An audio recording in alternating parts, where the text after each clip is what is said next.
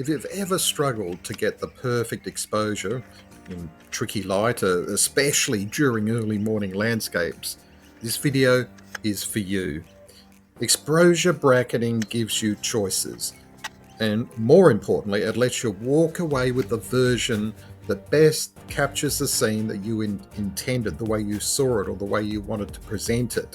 In this video, we'll go through the full bracketing process on location, from metering, the actual meter reading, to capturing exposures from the -3 stops, and we'll go right through to the +3 stops, and we'll compare the results to see which ones work best for this particular situation. And you'll see how small exposure shifts can really change the mood of your image. It really can. Very, very powerful. Whether you're new to bracketing or you're looking to simply perhaps refine your approach to it all, this walkthrough is designed to make it simple, and it's also super practical. So why bother with bracketing exposures? And essentially what it does is that it gives you creative control over the final mood, especially if we're dealing something like landscapes, seascapes. And often the dynamic range can be quite strong, the difference between the highlights and if you were wanting to get detail in another aspect of the landscape, depending on the situation. But even where you're going, like say in this situation, wanting to do a silhouette aspect, but even there the bracketing really kicks in because you still want different color saturations. Bracketing is such a fantastic, excellent tool for learning. You soon realize around the whole metering, and very quickly you start to understand that when you find yourself in certain situations, this is pretty much where you want to head.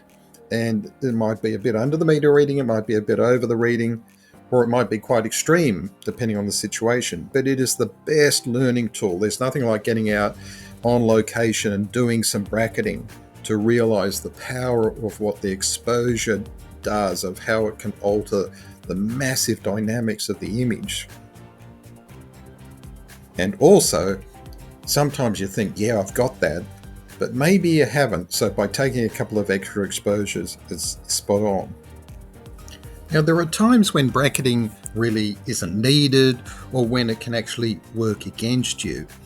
A couple of examples where if you're shooting long exposures, let's say doing landscapes, seascapes, and if you're shooting long exposures, and it might be at a sensitive light where you get the lovely peak light moments, like might be sunrise, sunset.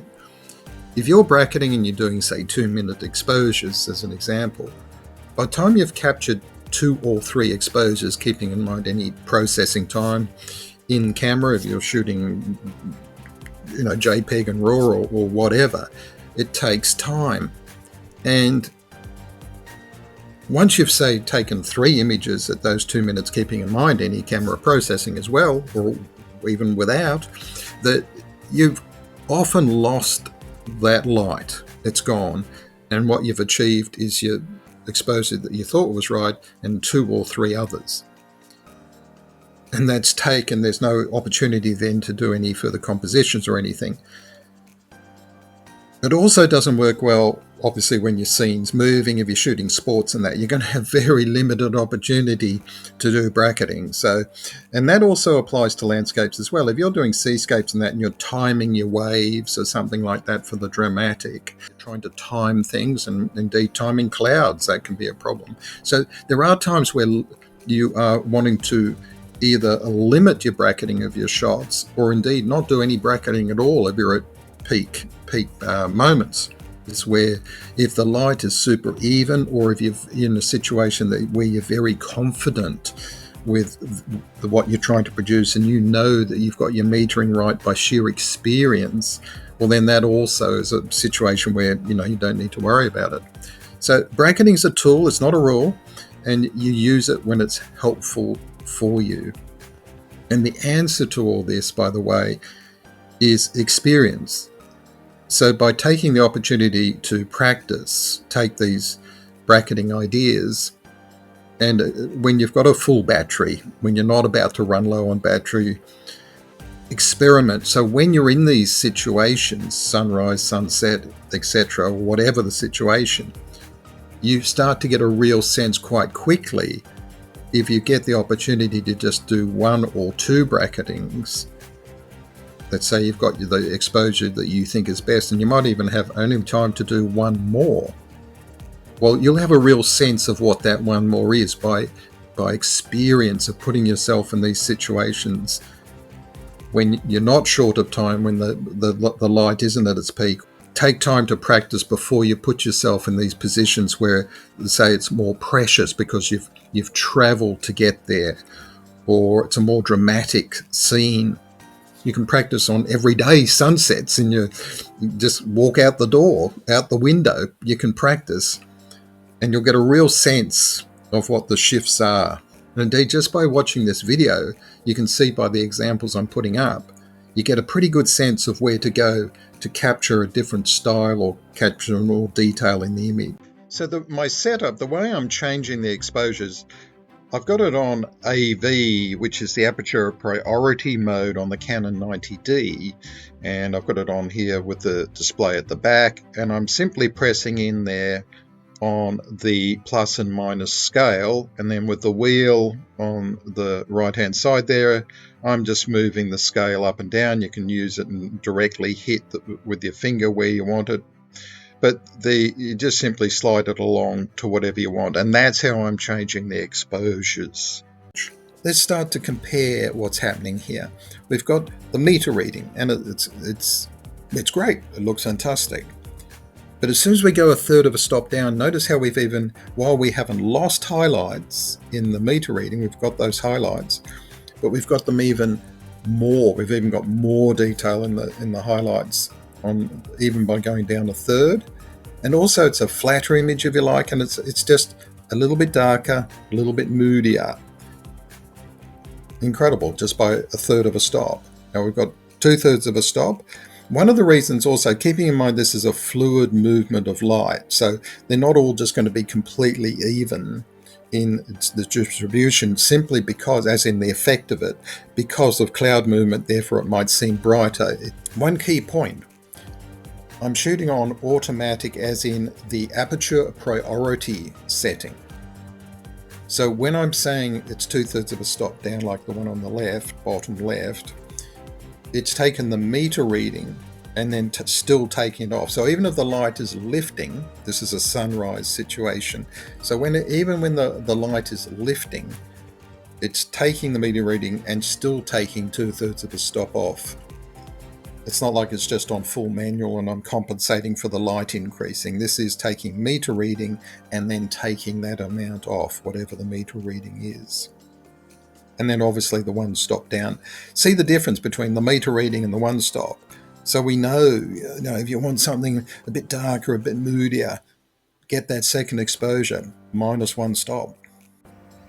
So let's keep going. We've got 1.3 minus 1.3, and all the way through to here, in this case 2.3 on the bottom right.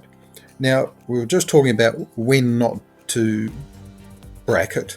And I know when I'm on location in a situation like this, from my own personal taste, I don't really need to go below one stop, minus one stop. But photography is very much a personal thing, and you might say, oh, I'm loving these really, really darker images, and that's fantastic, awesome. So if you like, say, the minus two stops, you know that in these situations it's great to get that as well. Or indeed to head there straight away, just forget beta reading, let's go straight to minus two stops because I just love that dark look.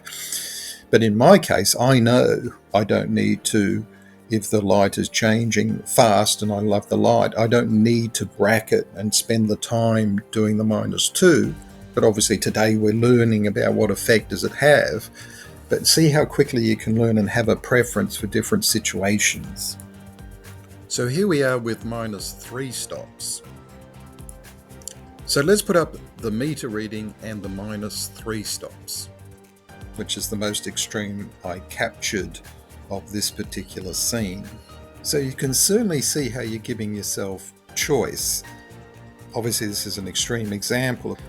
Isn't it amazing what a difference exposure makes to the feel of a particular shot like this. And both work as photographs. One's more dramatic, if you like, one's way more moodier. And it's all about personal taste, as you've heard me say before. But what we'll do now is have a look at what happens if we go above the meter reading. Now let's go down the path of where we're going above the meter reading. Now at plus a third of a stop, we've still got detail, it's still looking good. It's another very strong choice depending on how we want it to look, but it's still a strong choice. Indeed, at 2/3 of a stop plus over the meter reading. But once we get to one stop, notice how we're getting true blowout now of the highlights. It really is blowing out. So unless you're after that sort of look, that special effect, if you like, once we get to plus one stop, it's not really working. So again, if we were limited and whatever, there's no need to do the plus one stop unless we're after this effect, of course. But barring that, if we're not after that effect, we don't need to do plus one stop in this scenario. So we're getting a pretty good idea of where we need to go with our bracketing. And here we are with plus 1.3 with, again, it's just blowing out. Oh, wow. So look, here we go with the extreme plus in this scenario, where essentially all of them are blowing out, but with the plus 2.7, we're getting real definition now in the trees that are in real shade, but it's ugly. It's very ugly. And in the plus 3, it's even more of a blowout. So once we get to this far above the meter reading in these scenarios, we know we're just going to get blowout, and unless you're after the special effect, we're literally losing definition in the tree branches where there's no leaves, where the birds are sitting. It looks like they're in midair. So, and indeed in the 2.7 and that, they've disappeared. So we know that we don't need to bother going to these extremes when we're bracketing. So for my personal taste, this is the two that I've selected from the bracketing sequence. There's your meter reading, and this is the -1 stop, and here's the -3 stops. And I'm really quite surprised how I'm drawn to the -3 stops. Normally I wouldn't be going that far, but in this sunrise situation, it's worked very beautifully. I like it a lot. And I'd be very fascinated to know which ones that are your choice. Do put in the comments if you have any particular one that stands out. But the -3 to my eye, and the -1. The -3 is obviously, it's much darker overall. The detail is obviously all the detail in the bright highlights. No, everything's there and more. Gives you this very dramatic vibe. Bracketing has a couple of key purposes. One is it's a safety net, if you like. You're in a situation, you really want to get the shots, or you really need to get the shots. You've got your safety aspect. But the real thing about bracketing is that it's a really creative tool. It lets you later choose that exposure that really tells the story in the way that you want it. It's not what the camera thinks is correct. It's your personal selection of how you want that scene to look. When you are doing bracketing of exposures, keeping your metering consistent is also very important. I'll often be using evaluative metering, and for me it's a good choice. It generally takes into account pretty much the whole frame, give you a pretty good balanced exposure to start with. But if you are using, let's go extreme and say you're doing spot metering, you can still bracket. It all still works. I'm encouraging consistency so you get to understand the full effects of bracketing. If you're flipping around or anything, and what I mean by that, not so much flipping around as you take, one exposure at -1 and another one at -2. I'm talking about consistency in different situations. And if you're not sure, try evaluative metering, because it's a good average reading. It's a good place to start in many, many situations. But if you do have a favorite other type, it's great. But what I'm pointing out is when you're bracketing, just be aware of that setting. Keep it consistent. You'll learn a lot faster. So originally this video was going to be a quicker demo of bracketing, but I hope that you can see how powerful it really is. Not just for the exposure safety, but for making that intentional creative choices, especially in tricky light. It's a very wonderful thing to have at your disposal. I do hope you found this helpful. And if you want to go into another fabulous technique that's very, very powerful for creating great images, which is long exposure, I've put together a 5-day email sequence, and I'll leave a link in the description.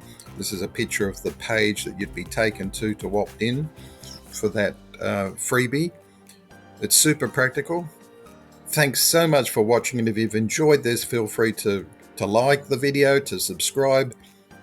Let me know your favorite selection from the bracketing sequence in the comments. That'd be fantastic.